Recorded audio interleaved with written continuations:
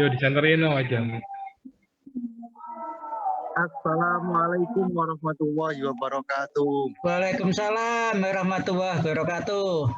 Alhamdulillahirabbil alamin. Teman-teman Pradi Cabang Kendal, semoga malam hari ini dalam keadaan sehat walafiat. Teruntuk diskusi pada malam hari ini mungkin karena memang sifatnya dadakan dan memang diadakan secara spontanitas. Jadi terkait dengan tema dan lain sebagainya mungkin kita menyesuaikan, tapi yang paling penting adanya forum malam hari ini menjadikan kita untuk lebih kreatif, untuk lebih bisa memberikan sumbangsih pemikiran terhadap perkembangan hukum yang ada di negara kita.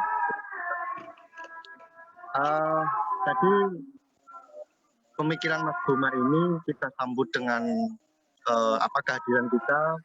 Jadi sebelumnya saya mau memperkenalkan diri nih. Saya Ahmad Muzaka, Sumpah tahun 2017, yang mana saya ikut di cabang Pradi Kendal. Saat ini saya masih berada di Jawa Timur karena memang masih mengurusi kuliah. Selanjutnya untuk ngopi-ngopi pada malam hari ini mungkin nanti bisa disampaikan sedikit kata yang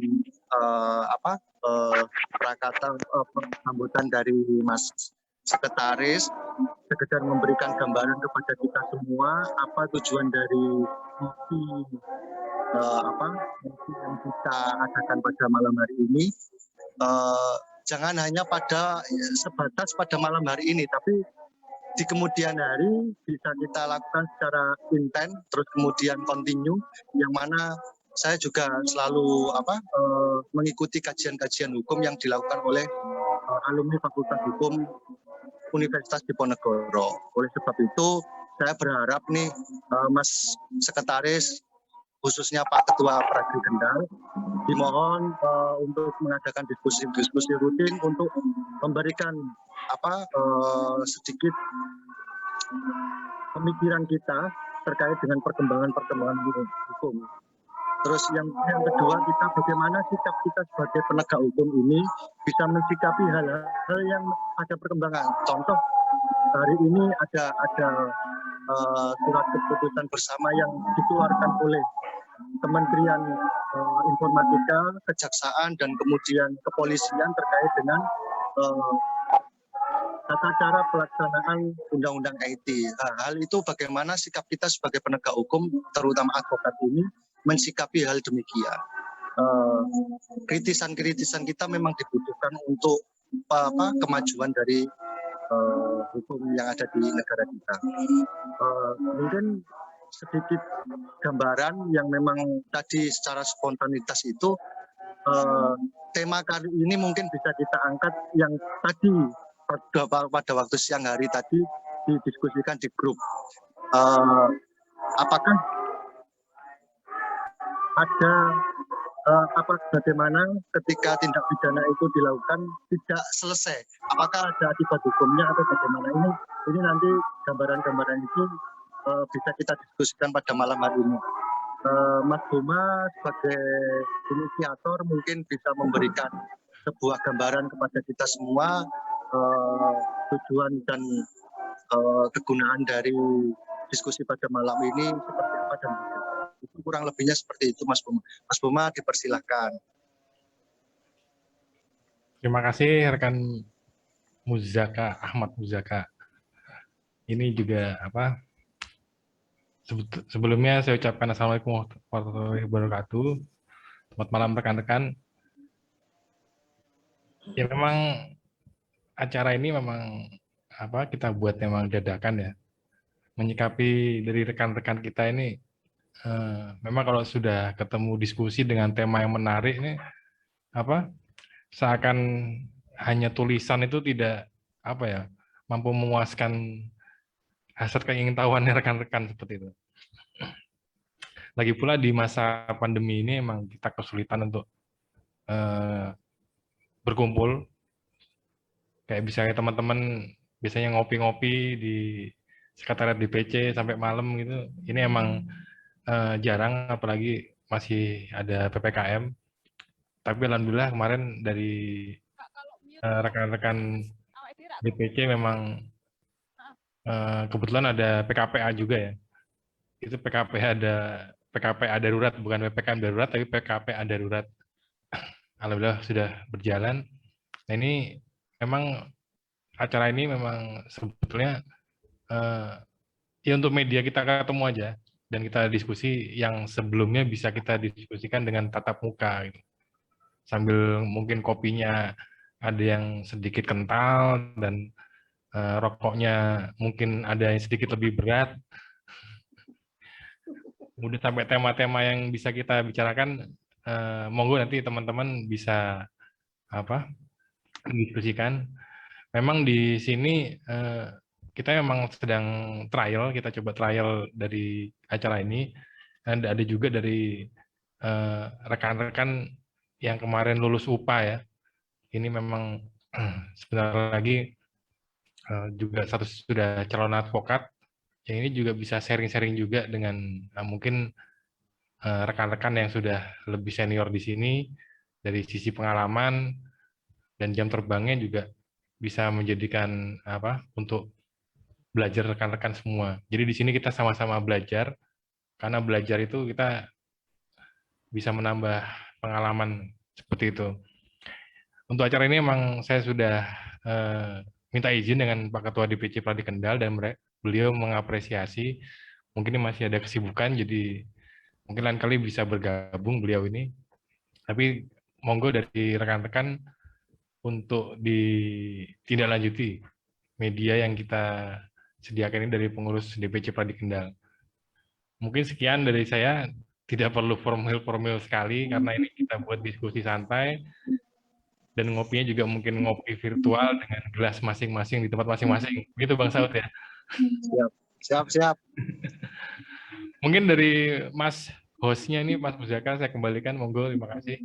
Dan sama teman-teman yang lain juga saya ucapkan selamat bergabung. Ada Pak Irwan di sini, Mas Bram, ada Mas Dwi juga dari Jakarta nih, ada Pak Eko. Selamat malam semuanya. Monggo dilanjutkan Mas Muzaka. Siap. Terima kasih Mas Boma atas sedikit gambaran yang diberikan kepada kita semua.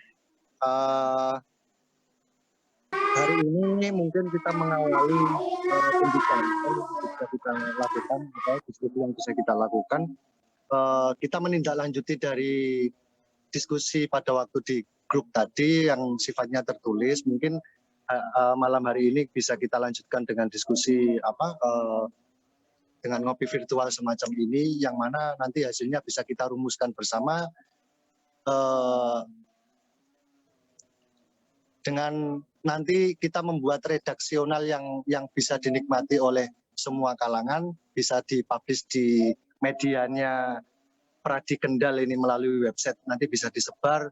Satu itu, yang kedua mungkin media diskusi pada malam hari ini bisa digunakan untuk calon pengacara yang notabene masih yang sudah lulus UPA, bisa digunakan untuk media belajar bagaimana cara menangani perkara itu, terus kemudian cara penyelesaiannya seperti apa dan bagaimana, ya nanti kita diskusikan di sini.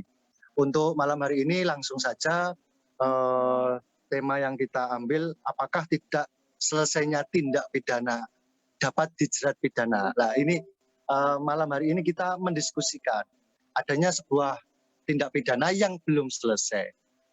Ketika belum selesai itu tetapi niat batinnya sudah terlaksana, apakah terus kemudian hal tersebut tidak bisa dipidana atau bisa dipidana? Ini yang harus kita diskusikan pada malam hari ini, menindaklanjuti dari diskusi yang ada di grup tadi siang sampai sore tadi. Mungkin Mas Saud Sagala ada hal-hal yang memang harus disampaikan, ataupun Mas Irwan sebagai dosen dan praktisi, ada kemudian Mas Bram ini, terus kemudian Mas Dwi Saryanto ini yang notabene dari Jakarta, yang mungkin pengalamannya juga lebih banyak dari kita semua. Semoga disampaikan untuk Mas Sagala, diawali dari Mas Saud Sagala ataupun Mas Irwan Dwi. Terima kasih. Semoga Mas.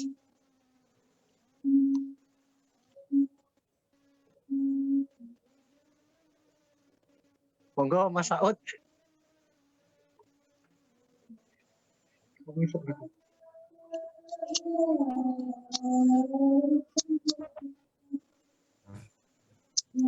Suaranya belum masuk. Suaranya belum muncul Mas Saud.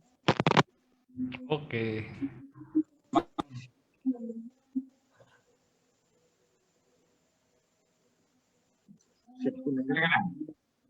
Ya, kedengaran. Ya. Ya, terdengar. Cek, guys. Oke, jelas. Siap Mas. Sudah Mas. Oke, saya izin. Selamat malam rekan-rekan semua. Salam hormat dari saya. Assalamualaikum DPD Pradi malam hari ini. Salam kopi dari saya. Salam kopi pahit Mas. Mantap ya.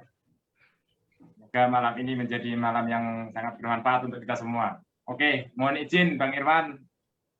Saya mendahului. Monggo. Sedikit menyampaikan katanya dengan kesempatan seperti yang sampaikan Pak Moderator tadi, kaitannya dengan diskusi yang telah kita bahas di siang hari tadi, di mana rekan kita menyampaikan adanya persoalan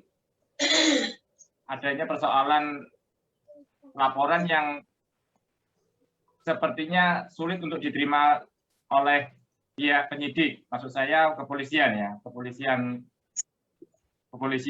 yang mana kepolisian berargumentasi bahwa tindak pidana penipuan itu tidak bisa ditindaklanjuti kalau tidak ada kerugian yang timbul, kan gitu. Intinya yang saya tangkap itu dari yang disampaikan Pak rekan kita Bang Nurkozin ya, maaf kalau salah menyebut nama. Nurkozin. Nah, itu yang saya tangkap adalah rekan kita menyampaikan adanya kendala karena mungkin kliennya Bang Nurkozin belum ada kerugian yang timbul. Itu yang saya tangkap ya. Tapi yang begini, persoalannya gini. Saya sedikit dulu menyampaikan pendapat saya bahwa saya melihat persoalan yang dihadapi Bang Nurkozin itu hanya ada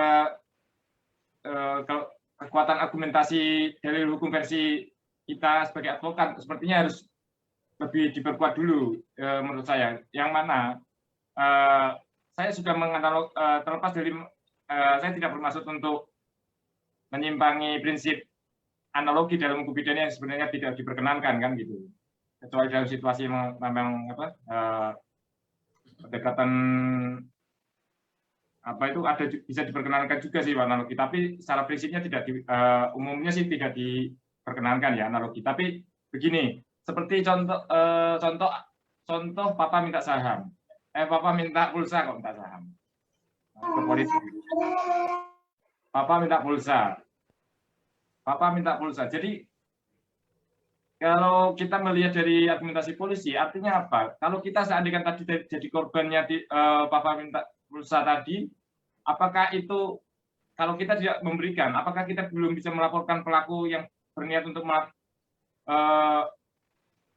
melakukan mencari untung dari kita, katakanlah kita menjadikan kita target korban. Nah, saya melihat dari persoalan tersebut, tentu kita jangan melihat bahwa niat untuk melakukan penipuan tersebut sudah terpenuhi. Niat, karena dia sudah menghubungi kontak kita langsung gitu loh, menghubungi nomor kita, tahu nomor kita kan gitu. Nah, dia mengetahui dan kemudian dia menggunakan modusnya apa?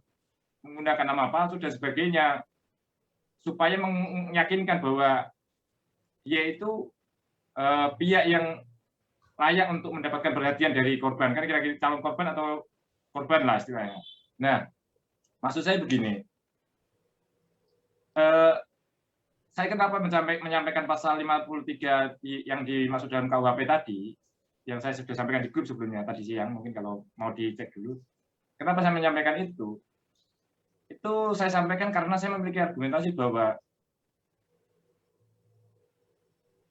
tidak apa dalam teori ya, tidak selesainya tidak pidana menurut pemahaman saya yang terbatas ini itu bisa dijerat pidana, kan begitu, kecuali tidak dalam konteks pelanggaran ya, tidak selesainya tidak pelanggaran itu tidak bisa dijerat, diberikan sanksinya gitu loh, kecuali dalam konteks tidak pidana. Itu setahu saya ya, mungkin kalau teman-teman punya pandangan yang lain yang meluruskan pandangan saya ini, setahu saya itu bisa dijerat pidana. Artinya apa?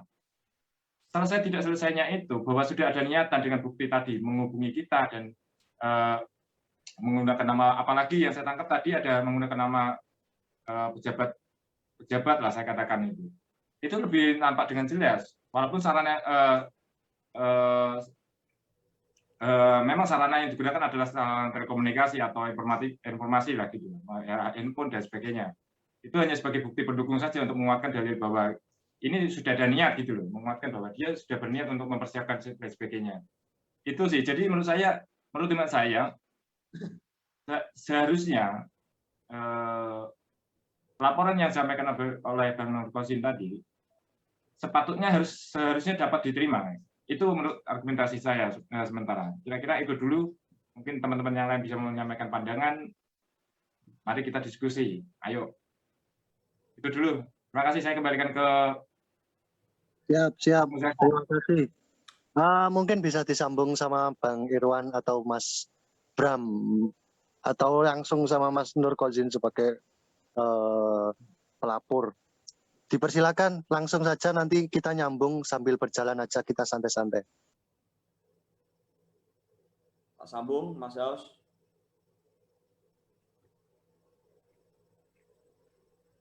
Halo. Siap Bang, siap. Lanjut Bang. Ya, terima kasih. Sangat bagus sekali nih Bang Saud nih, argumentasinya. Mantap. Jangan lupa rokok suryanya itu. Salam sejahtera buat kita semuanya. Assalamualaikum warahmatullahi wabarakatuh. Di malam hari ini, malam Lebaran Haji ya. Semoga menjadi manfaat bagi kita semuanya. Amin. Dari pembahasan kaitan dari rekan kita Pak Nur Qasim itu sangat menarik sekali, dan mungkin kita juga jangan terlupakan juga Bang Saud bahwasanya manajemen penyidikan sekarang kan sudah ada yang terbaru, kalau nggak salah kita pernah diskusikan di situ, Perkap nomor 6 tahun 2019. Nah, kita pun di situ juga pernah berdiskusi kaitan dengan munculnya restorasi justice ini sendiri. Ini juga sangat menarik juga, karena terlepas penegak hukum dari penyidik itu sendiri juga dia sebagai pengayom masyarakat. Akan tetapi kita pembahasannya adalah kaitan dengan rekan kita untuk laporan itu tidak ditanggapi dan lain sebagainya. Saya sepaham dengan Bang Saud sesuai dengan pasal 53. Tidak tercapainya sebuah atau tindakan sebuah kejahatan itu sendiri, itu tidak terlepas dari sebuah proses itu harus berlangsung. Konsep hukum pidana memang seperti itu. Akan tetapi kita juga melihat dari aspek sosiologisnya yang ada. Dari keterangan setiap perkara kan masing-masing. Kalau nggak salah saya gali di situ, saya tangkap karena korban tidak mengalami kerugian. Karena tidak adanya korban atau seperti apa saya lupa. Pada intinya dalam konteks hukum pidana itu sendiri tetap ini proses dilanjutkan, terlepas nanti hasilnya proses penyidikan itu kan ada tahapan-tahapan tersendiri. Entah nanti posisi kita harus gelar perkara atau seperti apa. Ini konteks para lawyer, terutama ini rekan-rekan kita yang baru lulus advokat ini, baru masuk ke grup ini. Jadi kita harus pahamkan dulu bahwasanya proses ini terlepas dari X ya, X, faktor X. Karena terlepas apapun kita dalam profesi advokat pasti godaan, cobaan itu pasti ada. Sama pembahasannya secara rule-nya aja. Harusnya dalam penyelidikan itu atau pengaduan itu harus diterima dulu. Terlepas nanti proses menjadi laporan atau tidak. Kan kalau nggak salah saya pembahasan di situ kan adanya harus, kalau dari Perkap itu sendiri kan adanya pengaduan dulu. Kan gitu. Nah ini kan dari sini di-cut di dalam keterangan WA ya ini Pak Nur Qasim seperti itu. Oh udah bisa karena nggak ada kerugian. Kan begitu Bang Saud atau Mas Bram, kan begitu kan? Kita harus pahamkan dulu bahwasanya proses ini pengaduan, baik posisi itu ada tahapan proses berikutnya, ini proses pidana atau enggak, pengaduan tetap diterima. Kita pahamkan dulu konteks hukum pidana terlepas apapun. Berjalannya waktu, bila mana penyidikan ini sudah, sudah ini, klarifikasi sudah ada, sekian, baru penyidikan, menentukan TSK, barang bukti, dan lain sebagainya. Jadi, hemat saya,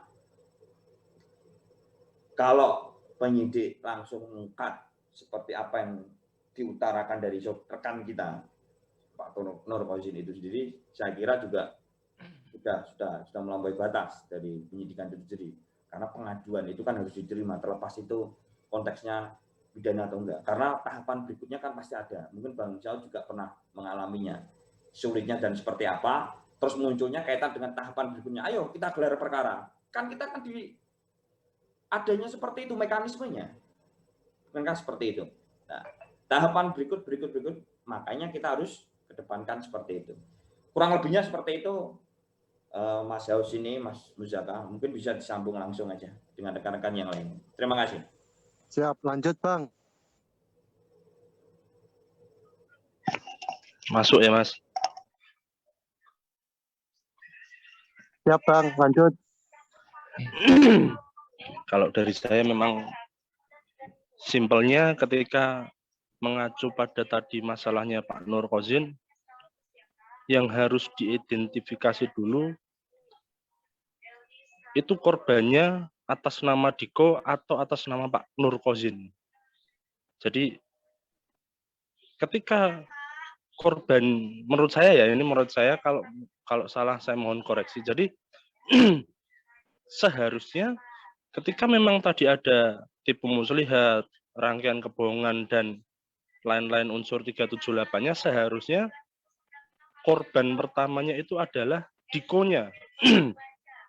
Jadi nanti setelah Dikonya itu katakanlah pengaduan masuk, benar, saya sepakat sama Mas Irwan, pengaduan tidak boleh ada yang ditolak ketika memang itu perkara ada dugaan tindak pidananya.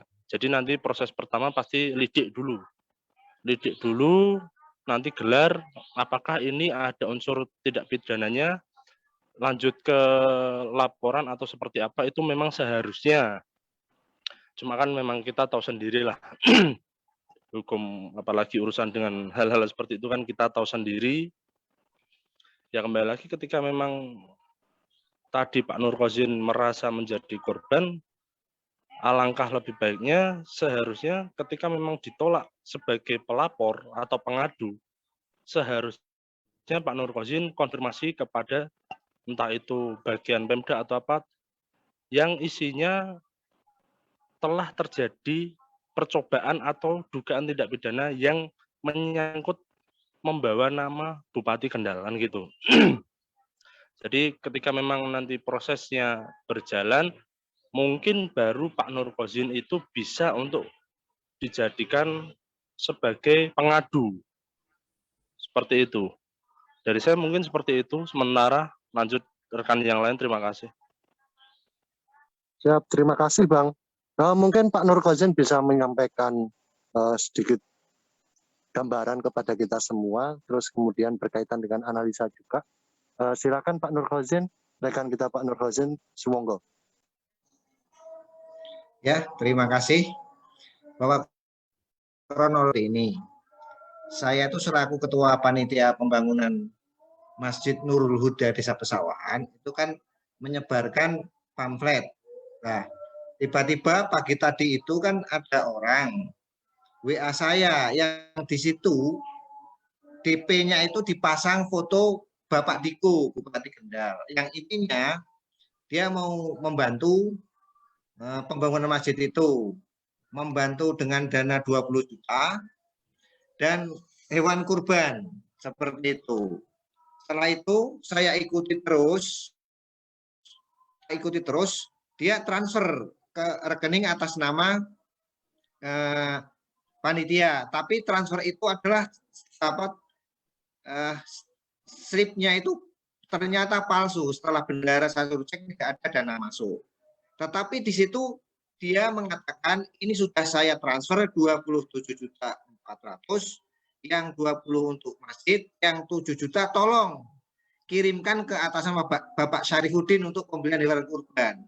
Untuk Bapak 400. Nah, disitulah mulai saya curiga dengan saya harus setor uang 7 juta setelah dia memperlihatkan struk dari itu, yang 20 untuk itu, yang 7 juta untuk dikirim Pak Syarifuddin. Saya curiga, setelah saya curiga, bendara saya suruh cek ke sana, ternyata tidak ada yang masuk. Disitulah baru saya ketahui bahwa ini benar-benar penipuan. Setelah saya bilang, astagfirullah, ini aja untuk masjid kok ditipu sih Pak, ini langsung diblokir semua dan DP-nya itu dihapus. Setelah kejadian ini saya menghubungi teman saya di di Polres Kendal. Saya bilang Pak, ini komplit data serta screenshot semua pembicaraan saya kirimkan lewat PDF. Dia bilang diteliti, Bapak sudah ada kerugian belum? Saya bilang kan belum, saya belum begitu. Karena apa? Saya belum transfer uang 7 juta itu, belum saya transfer. Nah, dia bilang ini tidak bisa diproses Pak, karena tidak ada kerugiannya. Seperti itulah kronologis yang terjadi tadi. Seperti itu. Jadi rangkaian kebohongannya sudah ada. Memakai nama palsu sudah ada. Bahkan bukti-bukti transfer palsunya juga ada. Semua sudah saya tata rapi. Ternyata kalau tidak ada kerugian, kata penyidiknya itu tidak diproses, tidak bisa diproses secara hukum. Seperti itu. Ini untuk gambaran sementara dari saya. Nanti masalah untuk semua transit pembicaraan saya di WA saya kirimkan lewat PDF di grup Pradi. Demikian, terima kasih. Monggo yang lain dipersilakan tanggapannya. Siap Pak Rekan Nur Kozin, Sarjana Hukum, terima kasih atas sedikit gambaran yang bisa diberikan kepada kami semua. Yang pada pokok dan prinsipnya modus itu sudah pernah terjadi Bapak. Jadi saya pernah mengalami itu. Jadi kalau yang kita alami itu waktu itu adalah pada waktu ada orang yang mengatakan masuk di pondok pesantren yang kemudian telah mentransfer uang untuk daftar ulang dan uang itu dilebihkan, semacam ada kelebihan 18 juta yang kemudian dia minta transfer refund itu. Hal itu kemarin 1 bulan yang lalu itu pernah terjadi pada kita. Jadi modus operandinya hampir sama karena memang akhir-akhir ini memang pernah sering terjadi hal demikian Pak Nur Kozin. Jadi kemarin juga pernah saya diskusikan dengan Mas Boma, apakah terus kemudian hal semacam ini kita bisa mendeteksi karena kejahatan yang dilakukan adalah kejahatan dunia cyber. Jadi melakukan dengan media telekomunikasi semacam itu. Mungkin dari gambaran yang diberikan oleh Pak Nur Kozin ini, apakah kita bisa mengkaitkan dengan undang-undang IT atau tidak gitu, yang kemudian nanti bisa kita rumuskan bersama. Mungkin Bang Sagala dan kawan-kawan yang lain dari forum ini atau diskusi ini ada sedikit unek-unek yang bisa disampaikan. Terima kasih. Sumonggo yang mau berargumen langsung saja, nggak usah sungkan-sungkan. Terutama ini yang mau jadi advokat ini harus berani ini. Terima kasih. Monggo.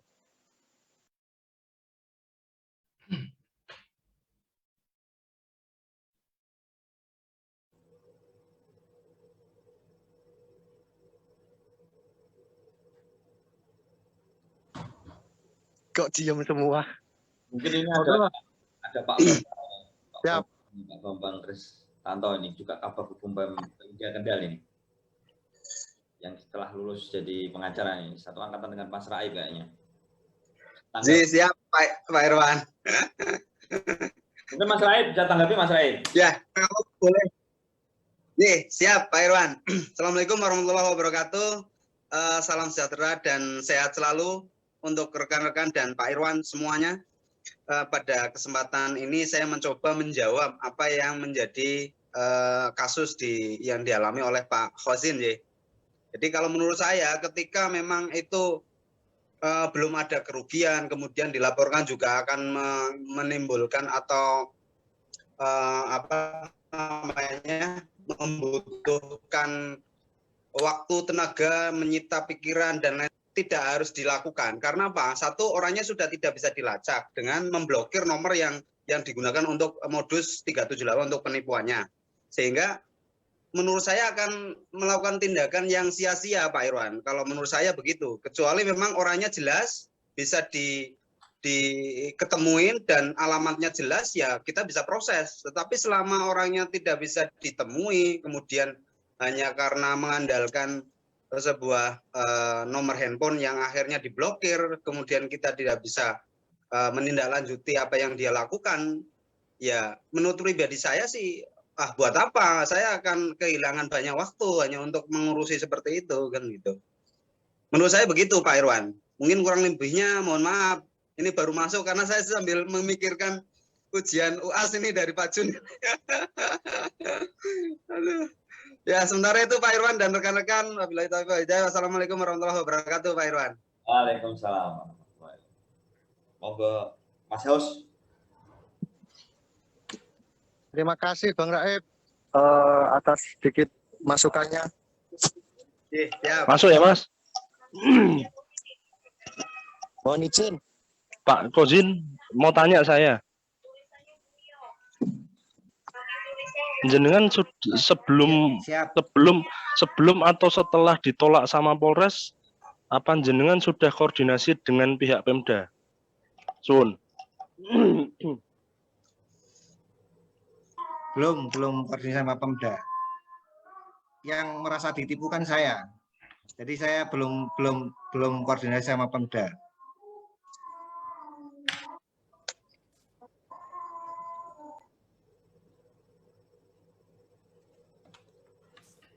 Terima kasih. Halo, cek. Masih masuk, Mas? Ini kehilangan sinyal saya. Teman toh. Siap, Bang. Siap. Terima kasih, Bang. Bang Raib dan Pak Rekan Nur Khozin. Kalaupun, halo, ya, masih bisa didengar ya? Masih. Ya, cukup jelas.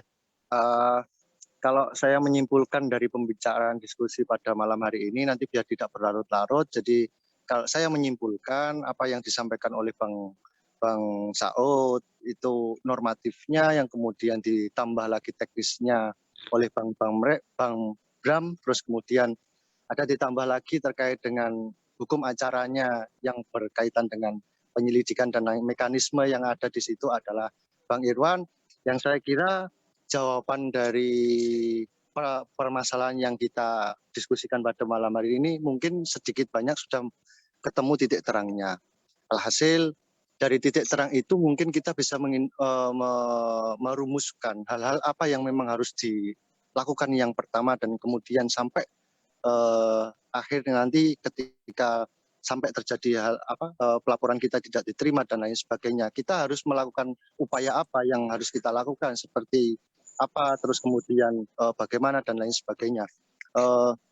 Jadi diskusi ini sangat menarik sebetulnya, karena memang ada tindak pidana yang belum selesai, yang kemudian ada yang melaporkan. Nah, kalau saya menggarisbawahi bahwa apakah tindak pidana yang telah terjadi pada Pak Nur Khozin ini, dugaan tindak pidana ini bisa kita kaitkan dengan undang-undang IT, yang mana undang-undang IT itu yang berkaitan dengan lebih khusus lagi terkait dengan tindak pidana digitalisasi. Jadi mungkin hukum pidana yang konvensional itu mengatur 378, tapi ada pasal yang ada di Undang-Undang IT. Kalau saya lebih setuju sama Mas Bram. Mas Bram mengatakan kita memberikan informasi terlebih dahulu kepada pihak Pemda. Artinya apa? Ini kita ada orang yang beretikat untuk melakukan sebuah tindak pidana mengatasnamakan Bupati Kendal, yang kemudian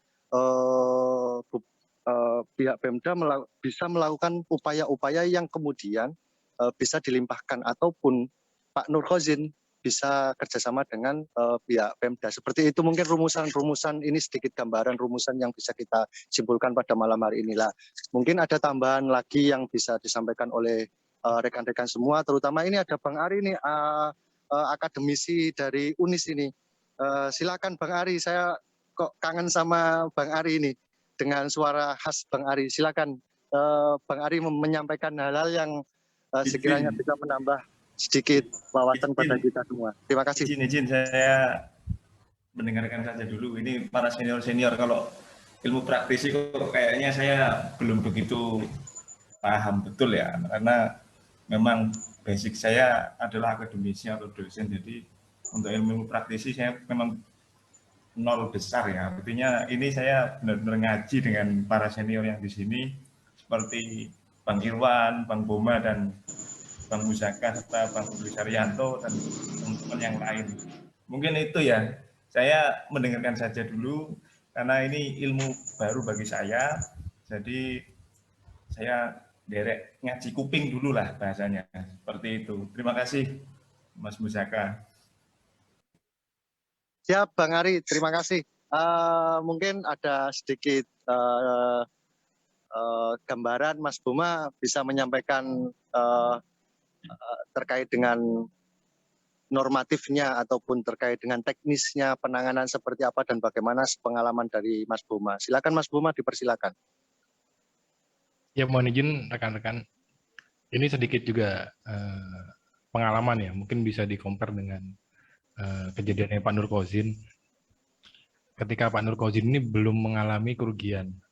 Dulu mungkin pernah dengar juga rekan-rekan ketika dari rekan kita Pak Saroji handphonenya dihack, itu ada beberapa rekan-rekan yang juga sampai mentransferkan sejumlah uang kepada si penipu. Jadi pernah kami kaji juga apakah akan melakukan pengaduan atau laporan, ketika itu juga di sisi lain hampir sama dengan Pak Nur Khozin, ini juga ada hubungannya dengan pihak perbankan karena menggunakan nomor rekening. Sedangkan di perbankan itu sendiri pastinya sudah ada SOP atau prosedur. Ketika seseorang membuka rekening itu harus mengisi alamat lengkap, dan juga seperti yang kita ketahui perbankan itu memang mereka prosedurnya lebih ketat. Jadi nggak bisa buka rekening itu diwakilkan oleh kuasanya, apalagi rekening pribadi ya, perorangan. Nah, itu pernah kita coba melakukan pengaduan ke perbankan tentang penipuan yang terjadi dan sudah ada kerugiannya sejumlah uang, tetapi dari pihak perbankan kemudian kita dikasih syarat. Jadi melaporkan ke kepolisian, kemudian dari laporan kepolisian itu masuk kepada pengaduan sistem perbankan tersendiri. Nah, itu baru kemudian akan dilakukan pelacakan terhadap nomor rekening tersebut. Nah, jika dilihat, kita kaji dari waktu yang kita tempuh untuk melakukan hal itu, bisa saja ketika rekening itu sudah kemasukan uang, dan itu ATM kemudian dilakukan untuk mengambil rekening dikosongkan, pastinya tidak akan bisa diblokir oleh si bank. Karena pemblokiran yang dilakukan oleh perbankan ini berdasarkan dari laporan pihak kepolisian, seperti itu. Jadi itu yang sebagai contoh juga ketika sudah ada kerugiannya sejumlah uang, seperti itu. Nah, sekarang ketika kita di compare dengan kasusnya Pak Nur Khozin, ini memang belum ada uang yang masuk atau uang yang dikirim oleh Pak Nur Khozin. Akan tetapi dari pihak Pak Nur Khozin sendiri pasti juga belum tahu.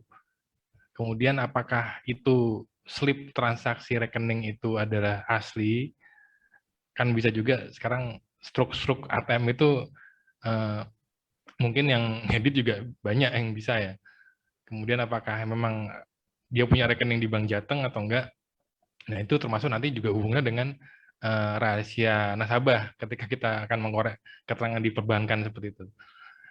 Tadi juga mungkin ada salah satu saran tadi, ada baiknya mungkin lebih dikaji dulu ketika akan melakukan pengaduan atau pelaporan, karena untuk sementara ya memang belum bisa diterima pengaduannya Pak Nurkozin ini jika dibandingkan dengan waktu yang mungkin diperlukan oleh Pak Nurkozin. Sedangkan mungkin kalau dari sisi apa ya, dari sisi kacamata yang lain, maksud kita ini baik sebenarnya untuk mengadukan permasalahan ini kepada kepolisian dalam hal agar kejahatan seperti ini tidak terulang lagi atau ada korban selanjutnya. Ini kan juga berhubungan dengan proses-proses atau konsep keadilan supaya orang itu jera dan tidak terulang kembali kejahatan yang sudah dilakukan ini meskipun belum terlaksana sampai selesai seperti itu. Mungkin ada yang bisa menambahkan dari rekan-rekan pendapat saya. Monggo, terima kasih. Terima kasih Bang Boma atas sedikit pencerahannya. Mungkin ada satu ini yang dari jauh sana. Bang Dwi Saryanto dipersilakan untuk berargumen karena dari tadi saya tunggu kok nggak ngangkat tangan ini. Terima kasih Bang Dwi, silakan dipersilakan. Baik, ya sudah dikupas tadi para senior gitu kan ya. Tapi kalau mendapat campur begini ya harus siap lah ya. Ya, terima kasih Bang Muzaka gitu ya, jauh juga ya dari timur ya nak ya. Salam hormat untuk senior semuanya, kemudian juga assalamualaikum juga salam sejahtera untuk rekan-rekan semuanya. Ini luar biasa ya, malam Lebaran kita berdiskusi. Ini luar biasa ini. Ini bisa menjadi tradisi nanti kita rutin diskusi seperti ini. Dan terima kasih untuk panitia atau untuk yang mengkoordinir ini ya, Bang Muzaka, terima kasih sekali. Mudah-mudahan akan rutin ini terus begini ya, sehingga nambah waktu kita. Dan yang boleh ngomong bukan hanya yang sudah senior ya, yang sudah pengangkatannya lama-lama gitu ya. Ini bukan masalah pengangkatan yang lama, tapi masalah ilmu itu kadang-kadang kita belajar dari yang baru-baru kan begitu ya. Itu yang pertama. Untuk kita belajar ini Pak Dwi. Ini kita yang junior yang belum dapat pelantikan juga sudah dapat banyak pencerahan dari para senior kita ini Pak Dwi. Nah, oke, kita diskusi ini sebelum kita ke teknikal gitu ya, artinya ke tindak lanjut kepada case khusus ini. Coba diskusi kita mungkin juga kita bisa agak lebarin dikit gitu ya. Kita mendiskusikan pola hukum atau adat hukum gitu ya, atau culture atau budaya hukum di Indonesia Raya tercinta gitu ya. Kita baik yang belum berpraktek ataupun yang sudah sangat familiar prakteknya, saya rasa cukup mengerti lah ya, cukup paham dengan budaya hukum di kita. Walaupun sebenarnya mungkin yang perlu harus menjadi background kita sebelum kita mengambil tindakan begitu ya, kita perlu ingat lagi ini konstruksi hukum kan gitu ya. Nah, sebenarnya kalau tadi permasalahannya adalah tidak bisa diterimanya satu laporan gitu ya, coba kita lihat. Sebenarnya dari sisi hukum kan kita melihat ada beberapa aspek untuk itu gitu ya. Penegakan hukum itu kan ada aspek yuridisnya, memang itu keadilan, dan ada aspek sosiologisnya, ada aspek kemanfaatannya, gitu kan ya. Itu yang perlu kita lihat. Tidak hanya melihat kemudian dari sisi apakah kerugian, walaupun nanti bisa kita diskusikan di belakangnya masalah kerugian. Tapi perlu lagi bahwa penegakan hukum itu kan melihat melatar belakang itu. Jadi sebenarnya penegakan hukum juga harus dilihat, dikembalikan kepada falsafahnya itu. Apa gunanya, apa tujuan daripada pembuatan aturan yang kemudian diharapkan penegakannya benar kan gitu ya. Aspek-aspek itu diharapkan begitu. Nah, kadang-kadang penegak hukum memang kadang-kadang keluar dari jalan itu. Kemudian setelah kita bicara dari sisi aspek begitu, kita bicara juga kemudian ranahnya, ranah pidana, ranah perdatanya. Memang agak beda antara perdata dengan pidana ya. Perdata pasti selalu ada yang pengaduan itu ada yang namanya bukan prestasi gitu ya, ingkar dari suatu kewajiban kan gitu. Tapi pidana sebenarnya bukan. Pidana ada hal yang lain, walaupun bisa masuk delik aduan atau yang delik aduan. Gitu. Delik aduan memang harus melalui pengaduan. Nah, siapa yang bisa mengadu gitu? Siapa yang bisa mengadu? Ya coba kita lihat. Misalkan dalam konstruksinya tadi Pak Kozin gitu ya. Dalam konteks SMS begitu. Mungkin Pak Kozin belum dirugikan gitu. Apakah kemudian Pak Kozin nggak bisa melaporkan gitu? Apakah kemudian benar dalam konteks tindakan itu tidak ada yang dirugikan? Apakah kemudian nama orang yang dicatut itu tidak masuk kategori yang dirugikan? Kan gitu ya. Ada pencemaran nama baik di sana dan lainnya. Dan itu nanti tindakan di belakangnya konstruksi hukum kita seperti apa? Kita akan melakukan seperti apa? Itu kita bicara pidana perdata. Kemudian budaya hukum kita gitu ya. Budaya hukum kita. Nah, kita sudah ada hukum acaranya. Ini Bang Irwan ini kan pakarnya gitu ya, Pak Tusen ini pakarnya gitu ya, hukum acaranya. Bagaimana satu tindakan penegakan hukum itu akan dijalankan gitu ya. Kalau itu pidana, kemudian delik aduan harus ada yang mengadu ya, siapa yang mengadu. Kemudian tindakannya seperti apa? Tadi rekan-rekan sudah menyampaikan.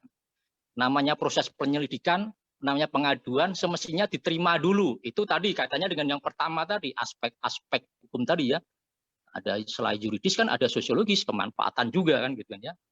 Itu mestinya sebagai hukum si penegak hukum yang dapat pengaduan menerima dulu. Kemudian akan mengkaji itu kan ya, gitu. Akan mengkaji itu, menggali gitu, sejauh mana kemudian konstruksinya seperti apa, dikaitkan dengan apa namanya hukum acaranya harus seperti apa, dikaitkan dengan yuridisnya, ketentuan-ketentuan seperti apa, apakah hanya mengacu kepada KUHP atau kemudian bahkan mengacu kepada hal-hal aturan-aturan yang baru, Undang-Undang ITE dan lain-lain. Harusnya kan begitu nih, hukum acara, ya. Tapi ya itu kembali kepada tadi culture budaya di kita, culture budaya kita penegakan hukum kita. Para penegak hukum kita belum semuanya kayak Bang Irwan gitu ya. Ya, maju lurus, jalankan harusnya seperti apa, capek keadilan yang seadil-adilnya kan gitu ya. Nah, kadang-kadang penegak hukum yang ini tidak memojokkan ya. Penegak hukum yang menerima aduan tadi itu, walaupun tidak ada aspek kerugian gitu ya, tapi kalau kemudian itu menyangkut hajat hidup orang banyak, menyangkut hajat hidup orang banyak, atau kemudian menyangkut yang apa namanya, yang kalau bahasa sekarang itu adalah viral gitu ya, yang viral gitu, bisa viral begitu, itu akan ditindaklanjuti. Tapi kalau kemudian ini nggak akan hajat orang banyak atau kemudian nggak menuju ke viral gitu ya, itu dibilang ini tidak bisa diterima karena tidak ada unsur kerugian. Kadang-kadang begitu. Ini perilaku penegakan hukum di kita gitu ya. Perilaku ya kadang-kadang kita sadari. Nah, yang terakhir adalah bagaimana kemudian kita mengkonstruksikan semua tadi itu dengan fakta yang ada, dengan kita kuasai, kita pahami budaya atau culture. Lalu suara saya masih masuk kah? Masih Bang, masih. Nah, bagaimana kemudian kita menguasai, bagaimana kemudian kita memahami tadi ya, beberapa tadi ada aspek hukum, kemudian perilaku penegakan hukum, kemudian bagaimana aplikasinya. Nah, dari hal-hal itu yang kemudian kita sebagai penegak hukum yang tahu begitu, bagaimana kita akan mengkonstruksikan suatu peristiwa ini, ya, kita akan mengkonstruksikan suatu peristiwa ini menjadi peristiwa hukum yang kemudian memang bisa kita tindak lanjuti. Satu contoh, saya juga pernah mengalami tadi seperti contoh bagus tadi Mas Boma ya. saya pernah minta tolong sama staf saya untuk transfer uang, sejumlah uang gitu ya, sejumlah uang ke satu rekening. Gitu. Nah, di dalam perjalanan, saya transfernya ke BRI. Di dalam perjalanan, staf saya itu dapat SMS yang kayak Mas Boma tadi itu. Kan sekarang banyak ya SMS begitu ya, banyak begitu. SMS penipuan begitu. Uang transfer aja ke rekening ini, begitu banyak. Saya setiap staf saya, iya, itu setiap hari kan begitu ya. Iya, dari bank, dari mana aja itu disuruh ngambil. Nah, di dalam perjalanan staf saya tadi itu mendapat SMS begitu, transfer saja uangnya ke BNI gitu. Dan sama staf saya tidak konfirmasi ke saya dan dia langsung transfer ke situ, ke BNI yang berdasar SMS itu. Menurut pikiran dia itu dari saya, padahal dia selalu dia tahu kalau saya memerintah dia itu, Mas tolong begitu, pakai bahasa begitu. Dia juga, tapi dia transfer begitu. Setelah pulang, dia sampaikan struk transfernya, Pak ini sudah saya transfer. Saya langsung melihat di situ, loh Mas kok ke BNI? Kan tadi transfernya ke BRI, kok ini kok ke BNI? Gitu. Dan tadi Bapak SMS ini, wah Mas ini penipuan. Gitu. Mas ini penipuan. Enggak banyak uangnya waktu itu. Hanya 1.700.000, enggak banyak. Kemudian apa? Saya bawa ini staf saya ini ke Polsek. Saya bawa ke Polsek untuk kemudian saya membuat laporan. Karena saya berkepentingan dengan laporan itu untuk menindaklanjuti kepada bank. Saya berkepentingan. Nah, saya bawa laporan ke Polsek dan di Polsek diterima dan kemudian saya diberikan staf saya itu saya hanya damping saja. Bukan saya yang maju, saya damping aja, saya di belakang aja. Saya nggak menunjukkan saya pengacaranya gitu kan. Saya dampingi saja. Kalau nanti itulah ya baru saya akan ngomong. Nah, dia tak kasih tahu. Dan ternyata diterima itu dengan bayar Rp2.000.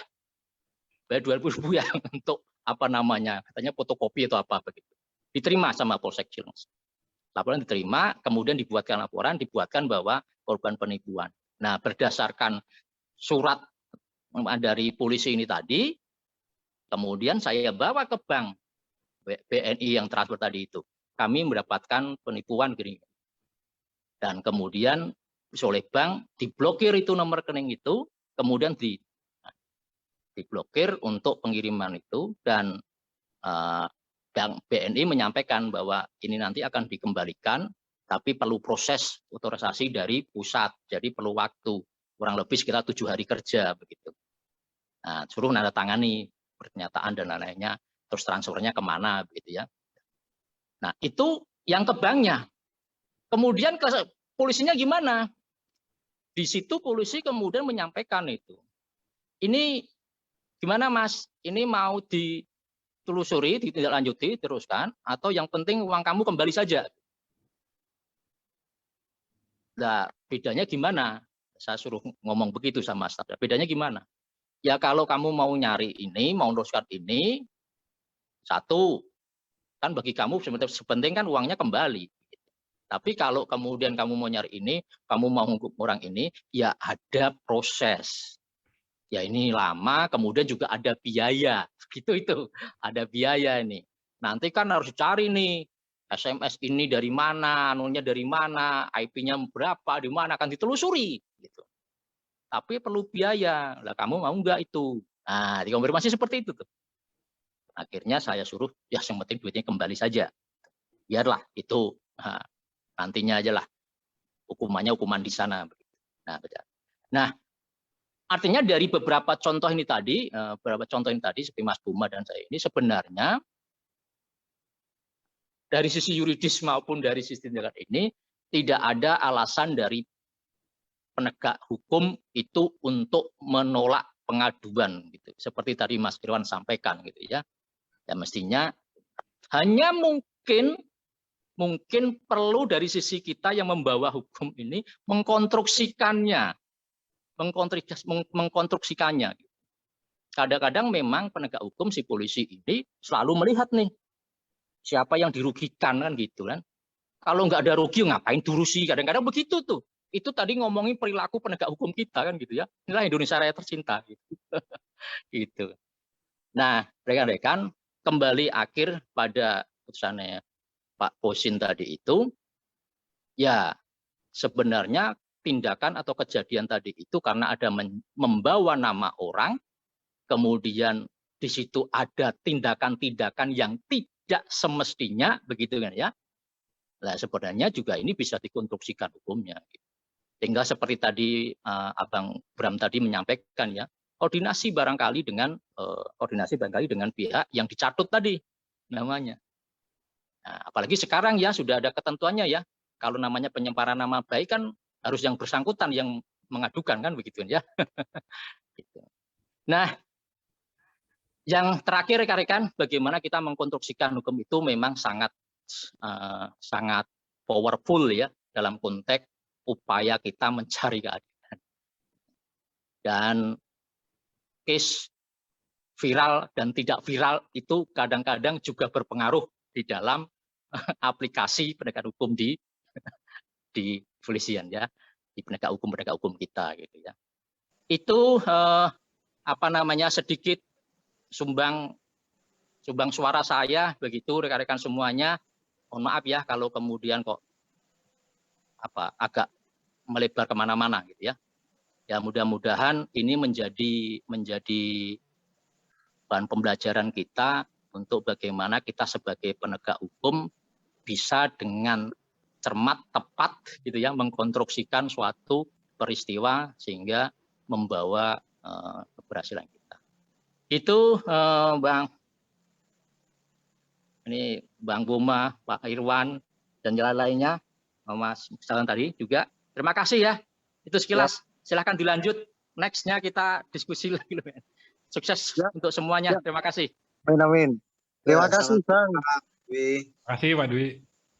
Mantap Pak Dwi, pencerahan yang disampaikan oleh Pak Dwi tadi bahwa hal-hal yang memang harus kita lakukan seperti apa dan bagaimana, terlebih terkait dengan rekonstruksi hukum, konstruksinya seperti apa dan bagaimana.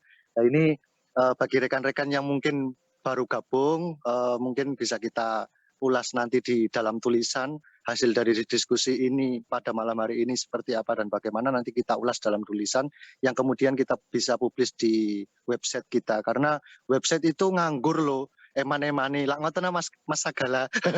Jadi ini mungkin medianya media dari Pradi Kendal yang kemudian kita bisa mengasah pemikiran kita, terus kemudian menambah wawasan kita, menambah kreativitas kita bersama. Jadi saya simpulkan yang paling penting, yang paling pokok adalah mengkonstruksikan hukum seperti apa dan bagaimana, terus kemudian menindaklanjuti dengan pola teknis lapangan yang sesuai dengan kultur dan budaya hukum yang ada di negara kita, negara Indonesia tercinta. Gitu, kira-kira kayak gitulah, kesimpulannya kayak gitulah. Jadi mungkin diskusi pada malam hari ini sedikit spontan tapi berkualitas. Ini patut kita apresiasi bersama. Nanti di kemudian hari bisa kita rumuskan tema-tema yang mungkin kita harus sikapi, isu-isu hukum yang terkini yang harus kita diskusikan bersama. Itu sekarang karena banyak perkembangan hukum yang memang harus kita sikapi, isu-isu hukum yang harus kita sikapi bersama. Jadi kita sebagai bagian dari penegak hukum tidak boleh diam di tempat, tidak boleh memposisikan otak kita itu di posisi enak. Jadi setiap hari, setiap kali, setiap waktu kita harus berpikir jernih, berpikir yang lebih serius lagi untuk menambah wawasan kita, pengetahuan kita terkait dengan penegakan hukum ini. Karena sifat dari penegakan hukum itu tidak sempit tapi luas. Seperti itu Mas Sagala, mungkin ada closing statement dari Mas Saud Sagala, Bang Irwan, Bang Bram dan Bang Boma ataupun teman-teman yang lainnya. Silakan sebelum kita tutup bersama. Monggo Bang Sagala. Kita terima kasih sekali itu Bang Sagala, Bang Boma itu ya yang rajin itu mengupload tulisan-tulisan berkaitan dengan hukum gitu ya. Kita ini agak jarang gitu ya. Terima kasih sekali sama Bang Boma, Bang Sagala itu. Dulu Bang Sagala tuh rajin tuh di grup maupun dia rajin. Cuma sekarang mungkin lagi sibuk dengan bulan madunya gitu ya. Nah, mohon maaf nih Bang Sagala, kita belum jumpa juga ya. Semoga sama lah ya, semoga sehat selalu. Terima kasih Bang Sagala. Bang Sagala, silakan Bang Silakan. Sagala kalau ada closing statement yang harus disampaikan. Oke, terima kasih Pak Dwi. Terima kasih. Kaitannya dengan kesempatan untuk yang terakhir ini, saya mau menambahkan sedikit ya. Mungkin kalau ke Bang Nurkozin ya, Nurkozin, kalau boleh saya tidak bermaksud untuk mengajari ya Bang ya. Kalau mungkin sebagai opsi Bang, saya menawarkan sebuah opsi gitu loh. Dalam konteks persoalan yang Abang alami, bagaimana kalau Abang membuat sebuah surat aduan yang kemudian dibuat dalam syarat tertulis loh, di tembusannya itu disampaikan sampai ke Mabes. Jadi Irwasum, Propam, ya kan? Jadi itu di bagian pengawas instansi kepolisian itu dibuat tembusannya Bang, supaya nanti itu menjadi atensi. Nah, maksud saya begini, biasanya ya, yang ini berdasarkan pengalaman, saya menceritakan sok-sok pengalaman lah, gitulah. Nah, jadi biasanya dalam format bertulis, secara tertulis, mereka biasanya, apalagi ada tembusannya, itu mereka lebih jantungnya lebih cepat, duduk gitu. Biasanya lebih cepat. Ini sharing aja. Tapi yang penting, seperti yang sampaikan rekan-rekan tadi semua, bahwa tentu konstruksi hukumnya harus jelas dulu. Artinya tidak serta-merta langsung hanya sebuah bukti dan tanpa ada argumentasi hukum, ya kan gitu. Kita bukan sedang menulis sebuah novel kan gitu Bang. Konstruksi hukumnya bahwa ini logika hukumnya kan ini berkaitan dengan secara sistematis lah, kira-kira begitu. Itu saja Bang pandangan yang mungkin ini daripada tidak dilanjutkan kan eman-eman, kira-kira begitu Bang. Katanya dengan nama baik juga kan. Itu saja dari saya, Kian. Siap. Terima kasih Bang Sagala. Kopi pahit Bang Sagala.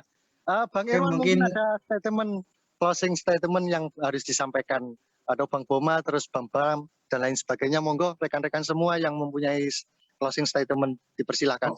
Mungkin sebelum closing statement, saya ingin menyampaikan juga apa yang mendasari saya untuk mengangkat ini, itu karena apa? Saya sudah berkali-kali kejadian seperti ini. Juga orang-orang dekat saya, tetangga juga seperti itu. Juga yang terakhir, ini kan saya pernah baca sebuah artikel hukum. Itu yang mengatakan bahwa untuk khusus delik pemidanaan itu, untuk dimintakan pertanggungjawaban terhadap sang pelaku penipuan itu cukup dibuktikan oleh jaksa penuntut umum dalam dakwaan telah dapat ditarik kesimpulan serta benang merah adanya motif serta modus. Sementara tujuan tidak harus telah tercapai, sehingga tidak harus selalu ada pihak korban tertipu. Namun cukup sebatas calon korban sebagai pihak pelapornya. Ini yang mendasari saya untuk mendiskusikan inilah. Artikel semacam itu apakah benar menurut para ahli hukum saudara-saudara saya di Peradi ini. Demikian, terima kasih atas semuanya. Semoga nanti bisa membuat saya lebih berhati-hati lagi, lebih teliti lagi untuk membuat sebuah laporan sehingga laporan kami bisa diterima. Sekian, terima kasih. Siap Bang, terima kasih Bang. Silakan dilanjut Bang. Mungkin yang lain ada rekan-rekan yang lain mau closing statement. Bang Irwan, silakan Bang Irwan. Ya, terima kasih. Saya hanya menyambung tadi Bang Saud ya. Jadi memang surat memang perlu kaitan dengan pengaduan itu selaku kita dari pengacara atau penasihat hukum. Dan kita pun tidak lepas dari namanya legal opinion. Kaitan dengan legal opinion itu makanya dalam PKPA kita kan ada materi legal opinion. Nah, disinilah fungsinya. Ini banyak rekan-rekan PKPA, Mas Dwi ini, mahasiswanya Mas Dwi ini, Mas Said. Makanya perlu adanya legal opinion yang jelas, supaya nanti kita sebagai advokat tuh bukan seperti apa yang dikatakan Bang Saud, bukan hanya sembarangan seperti nulis novel. Karena legal opinion itu penting. bagi seorang advokat supaya bisa memahami duduk perkaranya yang ada. Baru peningkatan seperti tadi Bang Saud, surat sini supaya menjadi atensi. Katanya Bang Saud deg-degnya biar greget gitu. Supaya bisa ditindaklanjuti. Terlepas apapun pengaduan harus diterima. Karena faktanya dengan keadaan seperti itu dari Pak rekan kita Pak Nur Kozin belum sampai ngobrol gitu aja, tidak ada kerugian. Nah ini yang jadi problemnya tuh di sini. Makanya kita sebagai advokat kita harus perlu yang namanya legal opinion itu supaya kita paham alurnya kayak gini, argumentasinya seperti ini, unsur-unsurnya kayak gini. Mungkin begitu, hanya nambahin Bang Saud saja. Mungkin yang lain nih, ada Pak Edi nih. Sambung ya. Pak Edi. Ya, ada Pak Edi. Halo Pak Edi. Halo. Silakan Bang Edi untuk memberikan sedikit pemikiran dari Bang Edi terkait dengan permasalahan yang tadi disampaikan di grup. Terima kasih. Bang Edi dipersilahkan. Aku lagi mlebu lagi nang kantor jilut tak deloke sik kok tak delok. Lagi masuk Oke, aku. saya masuk ya, saya masuk, Pak. Siap. Jadi mungkin sedikit saran untuk Pak Kozin ya. Tadi terkait opsional yang diberikan Mas Saud, ya memang benar itu opsional normatif seperti itu. Cuma kalau saya ya perkuat dulu konstruksi hukumnya dengan cara kalau saya tetap di posisi Pak Nur Kozin, saya akan coba minta saran kepada Pemda. Jadi ketika nanti Pemda taruh kata itu Pemda, oke Pak, kita akan proses ini. Jadi konstruksi hukumnya itu lebih kuat untuk maju ke ranah pidananya itu lebih kuat. Di samping itu memang perlu dijabarkan masalah legal opinion. Tadi saya buka laporan Pak Nur Kozin itu hanya sebatas capturan ini, ngapunten ya Pak ya. Bukan saya mau seperti apa, saya cuma sebagai saran aja. Seharusnya dari laporan tadi di samping ada screen cap dari percakapan WA, seharusnya ada legal opinion. Jadi pasalnya dimasukkan, terus nanti unsur-unsur yang Bapak alami atau rasakan itu dimasukkan dalam unsur tersebut. Jadi ketika memang ditolaknya itu bisa dikatakan penyidiknya nggak mudeng, bukan berarti terus dia hanya mengacu pada titik kerugian, tidak. Ya berarti ketika ditolak memang dia nggak paham terkait dengan pasal yang tadi disampaikan Mas Saud, pasal 53 KUHP itu. Jadi kalau memang mau niat untuk membuat pengaduan yang nanti ujungnya pada laporan, ya kalau saran saya seperti itu, perkuat dulu dari bawahnya seperti apa, perkuat dulu dasar hukumnya seperti apa.